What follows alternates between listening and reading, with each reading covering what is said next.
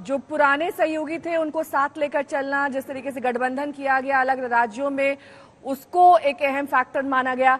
लेकिन बिहार में बीजेपी की ओर से कौन कौन मंत्री बनाया जा सकता है, क्योंकि गिरिराज सिंह तो पहुंच रहे हैं, लेकिन और कोई नाम सामने आ रहा है?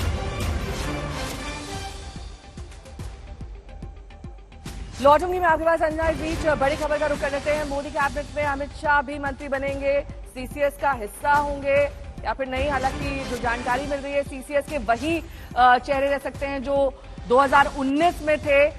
उन्हीं नामों के साथ बीजेपी आगे बढ़ेगी और ये अहम मंत्रालय अपने पास रखेगी। इसमें अमित शाह भी मंत्री बनेंगे। अब उनका गृह मंत्रालय ही पोर्टफोलियो रहेगा या फिर कुछ और, ये देखना बेहद दिलचस्प होगा।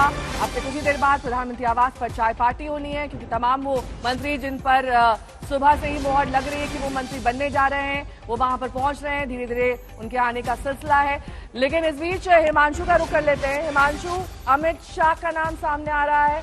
जाहिर तौर पर जिस तरीके से बीजेपी ने इस बार परफॉर्म किया, कई उंगलियां अमित शाह के नाम पर भी उठी।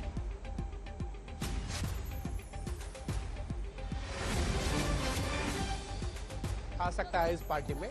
अमित शाह ने पिछले 10 सालों में जो पार्टी ने ग्रो किया है, या पार्टी संगठन बड़ी है, संगठन के तौर पर भी, और जिन जिन राज्यों में भारतीय जनता पार्टी ने कभी कल्पना नहीं की थी, उन जगहों पे भारतीय जनता पार्टी ने अपनी सरकार बनाई है।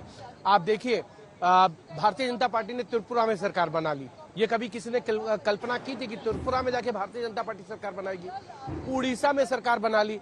उड़ीसा में 8 सीटें बिना बीजेडी के पहली बार जो है वो अमित शाह के नेतृत्व में ही जो है जीती थी, जब वो अध्यक्ष थे। उसके बाद लगातार उन्होंने वहां पे काम किया, पार्टी को खड़ा किया है। पश्चिम बंगाल में 2014 में 2 सीटें जीती और उसके बाद जो है सीधा 18 सीटों पर लेके गए। ये काम जो है कहीं ना कहीं गृह मंत्री अमित शाह ने किया। झारखंड में सरकार बनवाई, मध्य प्रदेश में सरकार बनाई, महाराष्ट्र में सरकार बनाई, हरियाणा में सरकार बनी है।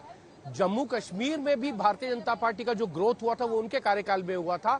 भारतीय जनता पार्टी वहां 2 या 3 एमएलए जीतते रही है, वहां ले जाके 28 विधायक जिताने का काम जो है वो अमित शाह के लीडरशिप में हुआ था। आसाम में सरकार बनी, आप देखेंगे तो अरुणाचल में भारतीय जनता पार्टी की जो सरकार बनी, ये तमाम जो संगठन और सरकार बनी है अलग अलग प्रदेशों में चुनाव जीतकर, इसमें बहुत बड़ा रोल जो है वो गृह मंत्री अमित शाह का है।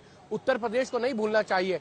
14 में जिस तरीके से भारतीय जनता पार्टी के 71 सांसद जीत के आए थे, उसके बाद जो है 62 जीते और विधानसभा में 312 सीटें जीती थी भारतीय जनता पार्टी ने 2017 में, और 19 में 62 सीटें जीतना, ये सब गृह मंत्री अमित शाह के लीडरशिप में हुआ।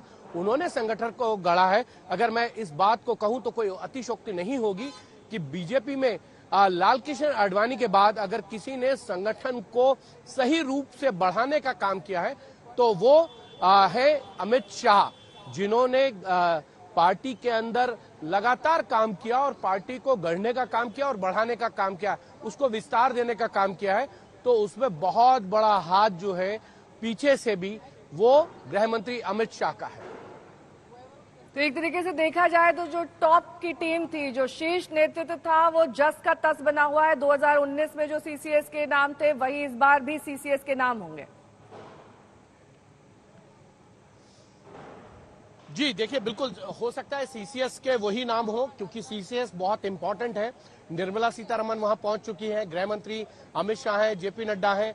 तो ये मानकर चला जा सकता है कि सीसीएस में कोई भी बदलाव जो है वो प्रधानमंत्री नरेंद्र मोदी नहीं चाहे, क्योंकि सीसीएस बहुत इंपॉर्टेंट होता है। कैबिनेट कमेटी ऑन सिक्योरिटी, ये चारों मंत्रालय जो है रायसीना हिल पर है। वित्त मंत्रालय, गृह मंत्रालय, रक्षा मंत्रालय और विदेश मंत्रालय, इन चारों मंत्रालयों का जो रोल है वो बहुत महत्वपूर्ण होता है किसी भी सरकार में। इन चारों मंत्रियों के लिए बहुत महत्वपूर्ण जगह होती है। हर कैबिनेट से पहले अगर कोई बैठक होती है तो उसमें सीसीएस होती है। सीसीएस में देश की सुरक्षा से संबंधित हर बड़े फैसले लिए जाते हैं, और इसीलिए बीजेपी और प्रधानमंत्री नरेंद्र मोदी बिल्कुल नहीं चाहते हैं कि इन चारों मंत्रालयों में कोई भी मंत्रालय जो है वो गठबंधन के किसी साथी दल को दिया जाए। अटल बिहारी वाजपेयी के टाइम पे अगर रक्षा मंत्रालय जॉर्ज फर्नांडिस को दिया गया था तो वो बिल्कुल ट्रस्टेड और टेस्टेड थे इसीलिए दिया गया था। और उस वक्त भारतीय जनता पार्टी की स्थिति इतनी मजबूत नहीं थी जितनी 2024 में है, या 1999 और 98 में भारतीय जनता पार्टी की स्थिति उतनी मजबूत नहीं थी। इसीलिए जो है जॉर्ज फर्नांडिस को जो है तब रक्षा मंत्रालय तो दिया गया था, लेकिन अब भारतीय जनता पार्टी के सामने कोई ऐसी मजबूरी नहीं है कि जो है वो गठबंधन के किसी साथी दल को जो है वो इन चारों मंत्रालय में से कोई भी पद मंत्रालय दिया जाए जो रायसीना हिल पर है और जो सीसीएस का पार्ट है। नेहा, मैं लौटूंगी आपके पास। इस बीच शपथ के लिए किस किस को बुलाया गया है, हम सुबह से ही आपको वो नाम दिखा रहे हैं। और इस बीच हलचल तेज है प्रधानमंत्री आवास के बाहर भी, जहां पर एक एक करके वो संभावित मंत्री पहुंच रहे हैं जो आज शपथ ग्रहण करेंगे, जिसमें प्रमुख नाम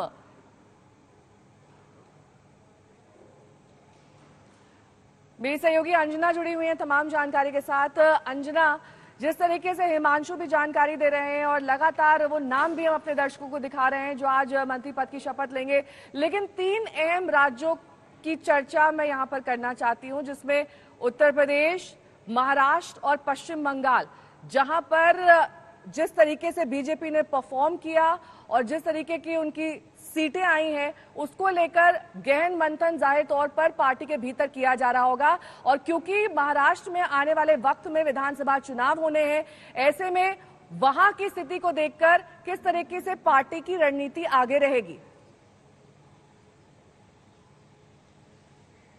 बिल्कुल, अब आपने बहुत वैलिड पॉइंट कहा है नेहा, और हम नाम तो सारे दिखा ही रहे हैं अपने दर्शकों को, जिसमें राजनाथ सिंह, नितिन गडकरी, जयंत चौधरी, अमित शाह तो गए हैं, जेपी नड्डा गए हैं, जीतन राम मांझी, रामनाथ ठाकुर, चिराग पासवान, एचडी कुमारस्वामी, ये मुहर लगे हुए नाम है।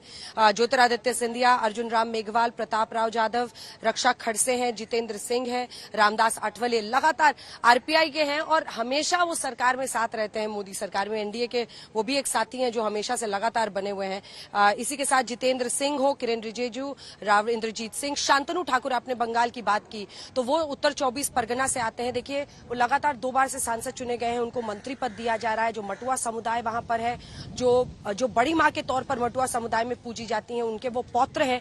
और एक पूरे अगर आप अपील वाइज देखें तो उसके जरिए पश्चिम बंगाल में शांतनु ठाकुर को जगह देकर एक बार फिर से ये बताने की कोशिश है कि हम बंगाल में अडिग हैं, हम लगे रहेंगे। क्योंकि पिछली बार अपार सफलता मिली थी ना 19 में नेहा, जब 18 सीटें बीजेपी लाई थी, उनको लग रहा था 25 जाएंगे, लेकिन वो फिसल गए। तो लगता है मुझे बंगाल के नजरिए से ये है। बिहार की आपने बात की तो देखिए बिहार में जीतन राम मांझी, चिराग पासवान, गठबंधन के साथियों को इतना मेरा ललन सिंह, एमओएसबी रामनाथ ठाकुर, तो ऐसे में बीजेपी के कोटे से मुझे लगता है कि बेगूसराय वाले गिरिराज सिंह को ही एक जगह मिलेगी। वहीं आप ओडिशा पहुंचे तो अश्विनी वैष्णव, जैसा कि मैंने आपको पहले भी बताया, 1994 बैच के वो आईएएस अधिकारी हैं, लेकिन बहुत स्टीप राइज उनका पॉलिटिक्स में हुआ है। वो डीएम 2 जगहों पर वहां पर रहे, लेकिन फिर वो अटल जी के निजी सचिव बने और वहां से लगातार दूसरी बार उनको मंत्री पद दिया जा रहा है। कई अहम मंत्रालय वो पिछली बार संभाल रहे थे और उन्होंने अपनी सफल कामकाज से उन्होंने अपनी एक जगह बनाई है। इसी के साथ अगर आप बाकी के चेहरे बंडी संजय, जी किशन रेड्डी इसलिए महत्वपूर्ण है बीजेपी के नजरिए से क्योंकि तेलंगाना में वो 1 सीट लाते हैं 2014 में, 19 में 4 पे पहुंचते हैं और इस बार 8 पे पहुंचे हैं। जी किशन रेड्डी वहां पर उनके लिए प्रदेश अध्यक्ष हैं, जो उनका काम रहा है उसका सिला उन्हें मिल रहा है। हरदीप सिंह पुरी, बीएल वर्मा, शिवराज सिंह चौहान, शोभा करंदलाजे, रवनीत सिंह बिट्टू जो नाम बताया गया, और सर्बानंद सोनोवाल को एक बार फिर से मौका मिल रहा है। तो असम से वहां पर अगर हेमंत बिस्वा शर्मा को सीएम फिट किया गया तो सर्बानंद सोनोवाल को यहां पर जगह दी जा रही है। लेकिन महाराष्ट्र का जो आपने जिक्र किया है, शिंदे गुट से भी वहां पर लोगों को लिया जा रहा है और जो एक लड़ाई वहां चली असली और नकली में, उसमें साफ है कि एकनाथ शिंदे गुट कहता है हमारा स्ट्राइक रेट उनसे अच्छा है, लेकिन सीटें ज्यादा उद्धव गुट की आई हैं। ऐसे में ये सवाल है कि जनता ने असली विरासत किसको सौंपी, तो पलड़ा भारी होता है ज्यादा सीटों वाले उद्धव ठाकरे की तरफ, क्योंकि वो बेटे हैं उनके और जनता ज्यादातर चंद्रबाबू नायडू को छोड़े तो सब जगह बेटों को ही विरासत सौंपती है।